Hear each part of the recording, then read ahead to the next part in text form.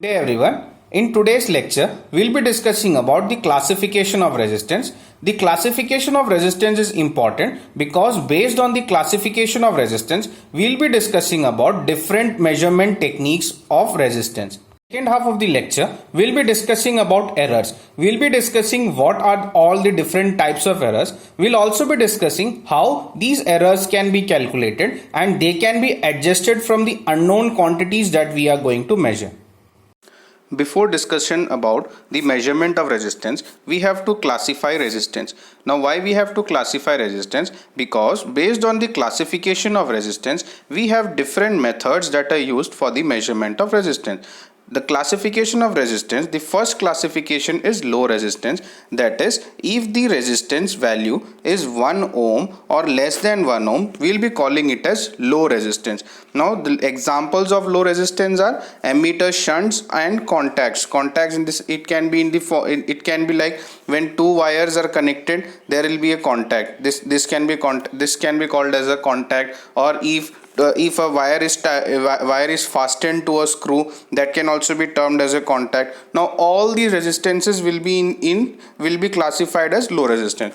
The second classification that we have of resistance is medium resistance. Now talking about medium resistance, the resistance value which is in between 1 ohm and 0.1 ohm.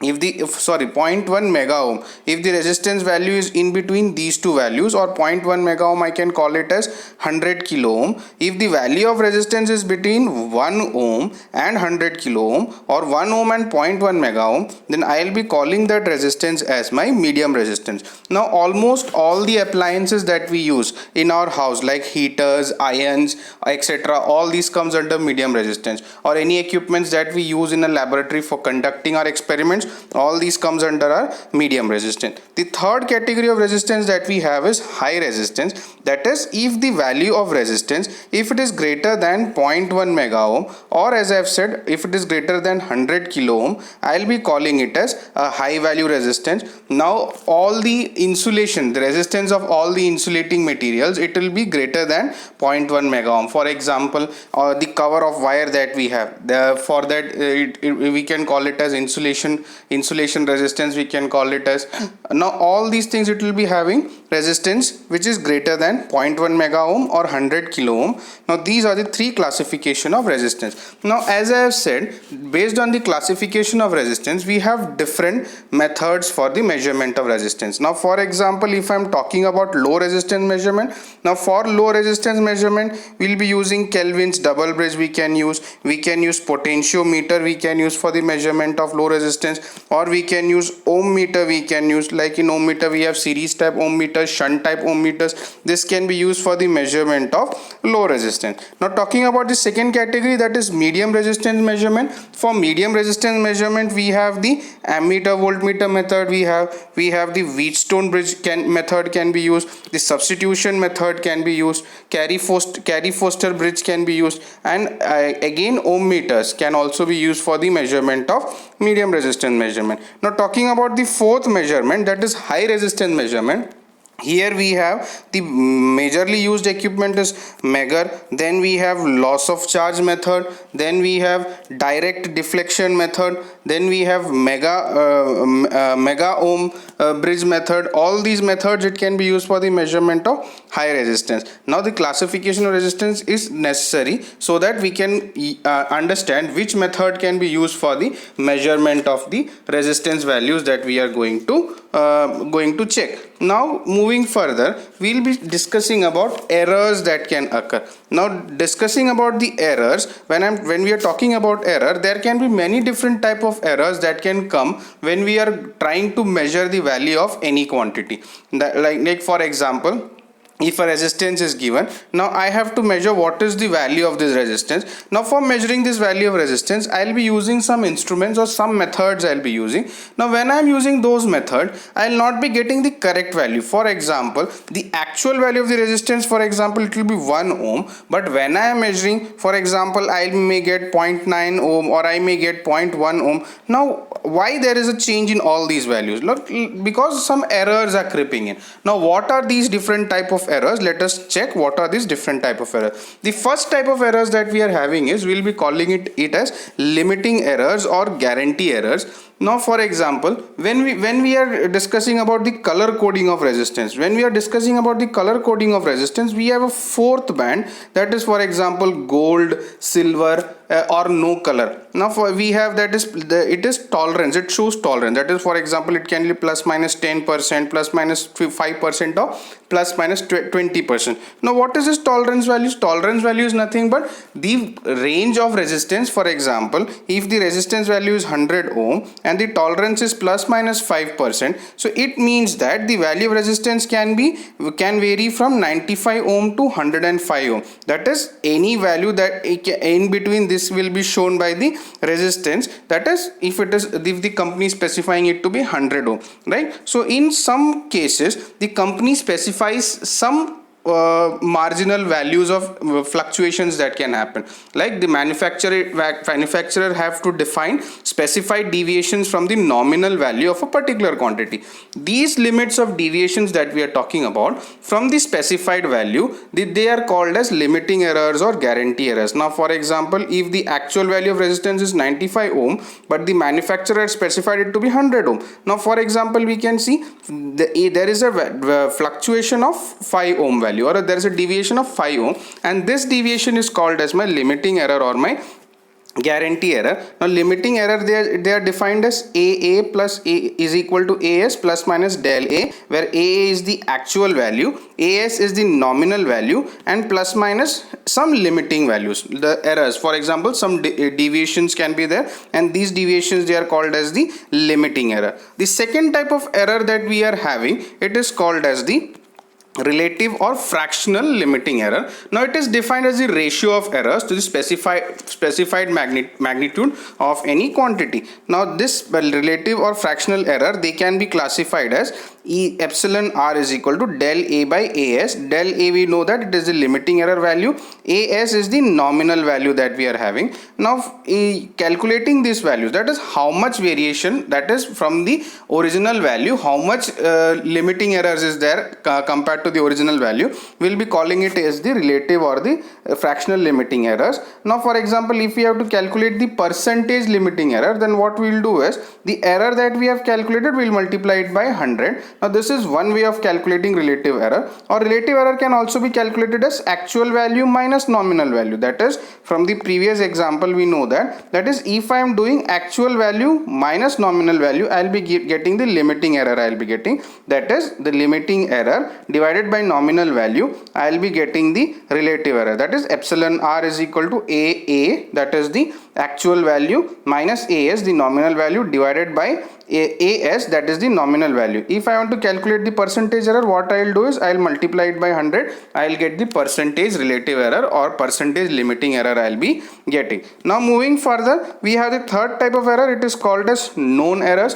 That is when the error of a quantity is known. For example, if I'm having a meter, at the starting point the meter has to show 0, but instead of 0, what it is showing a value of 10, that is a deflection of 10 already it is showing. So I know that the error in this case is plus 10, that is if any value, if it is showing, for example if it is showing 100, it means that the original value is 90. So this is called as my known errors, that is when the error of a quantity is known, therefore we will be calling it as known errors. Now in case of known error, the sign of relative errors are given. For example, if plus 10 is there, what I will have to do is I'll have to do minus 10. For example, if the value of the error is minus 10, then what I'll have to do is I'll have to add plus 10 value I have to add. That for example, if it is showing 90, it means that the original value is 100. So in this manner, this is called as known errors. Now all these values that I have told, these values can be calculated positively, all these values can be calculated, and the error and the final measured value can be adjusted for the errors, they can be adjusted. Now let us look what are the different types of errors that we are having. Now when we are talking about errors, this is the first, that is gross errors. Now when I am talking about gross errors, this errors can sometimes be identified or sometimes it cannot be identified, right? Now gross errors is a category of errors which mainly cover human mistakes in reading the instruments or recording or calculating the measurements, right? For example, the machine was showing a value of 28.5, but when I recorded it, I had taken it to be 25.8. Now this is a human error. This can be possible. Now how we can find out whether in recording I've made an error or not, right? So this is a type of error which cannot be identified. Now what can be done to take out this error? To take out these errors, what we can do is, that is to take out gross errors, the same reading should be taken by 2 or 3 persons. Now when 2 or 3 persons are taking the same reading, if for example 2 persons are getting one value and one is getting some other value, it is known that okay, some errors has crept in.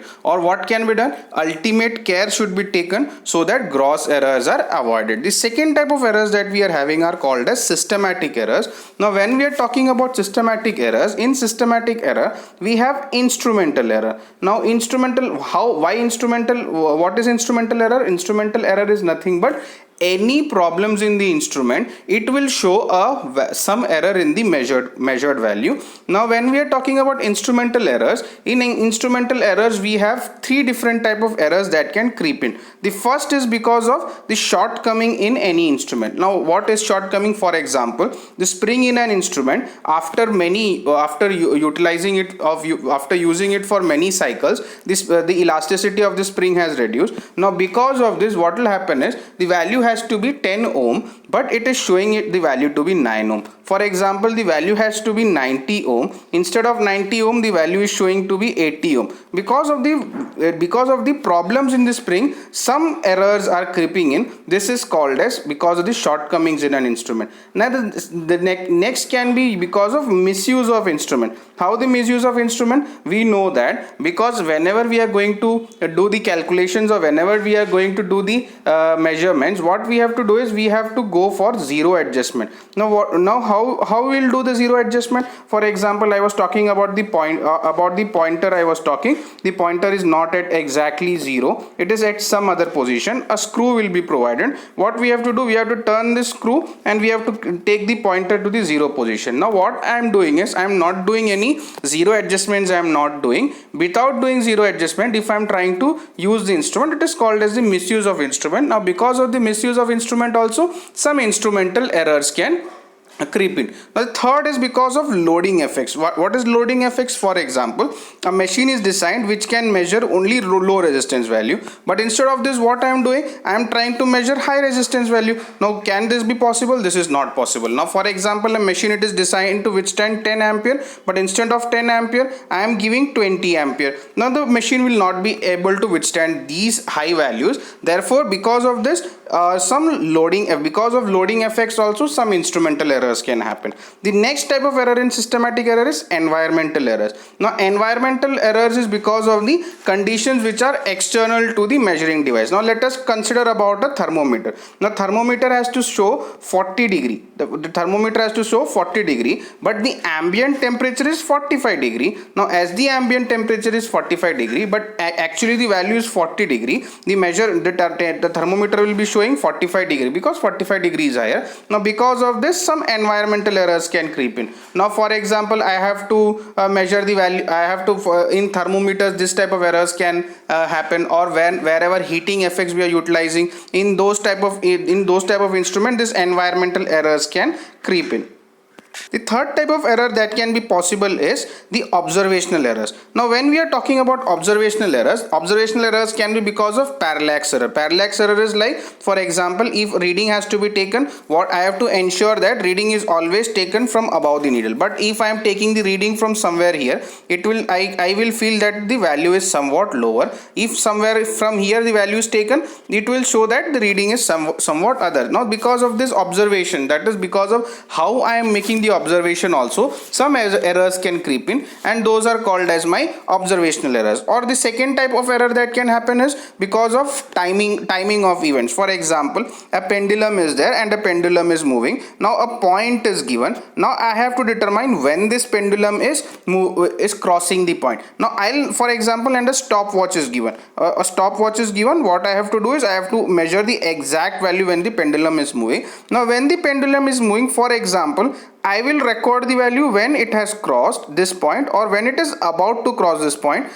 For example, if 10 continuous readings I am taking, I will not be able to record continuous. That is, I will not be able to record all the same values. Now this can be also because timing of events. When timing of events come, there also observational errors can happen. And the third type of error, the third category of error is random errors or residual errors. Now for example, some disturbances has happened about which we are unaware. For example, when I am talking about this errors, for example, some damage in spring is there. I don't know the spring is damaged. Now for example, before using the instrument, someone has misused the instrument, and because of loading effect, some part of the instrument it might have damaged. And the environmental temperatures, I am not aware about the environmental effects. For example, the first experiment was done at night time when the ambient temperature was 0 degree centigrade, and the next experiment is done when the ambient temperature is 45 degrees centigrade. Now what happens is some errors are there. I am not knowing about these error values. I am not knowing, but what is happening, these errors are clubbed up together. And what happens when these errors are clubbed up together? For example, if only spring, because of the damage of spring, only a fluctuation of 1 ohm should have been there. Because of some loading effect, a fluctuation of 1 ohm should have been there. Because of some environmental error, a fluctuation of 5 ohm should have been there. Now only this much fluctuation had to be there. Now I don't know about these 3 different errors, but what is happening, where I don't know about these 3 errors, but these 3 errors are creeping in. Now because of this, what happens, the final value will show a fluctuation of around 7 ohm. Now when all these are added together, this becomes a prominent error.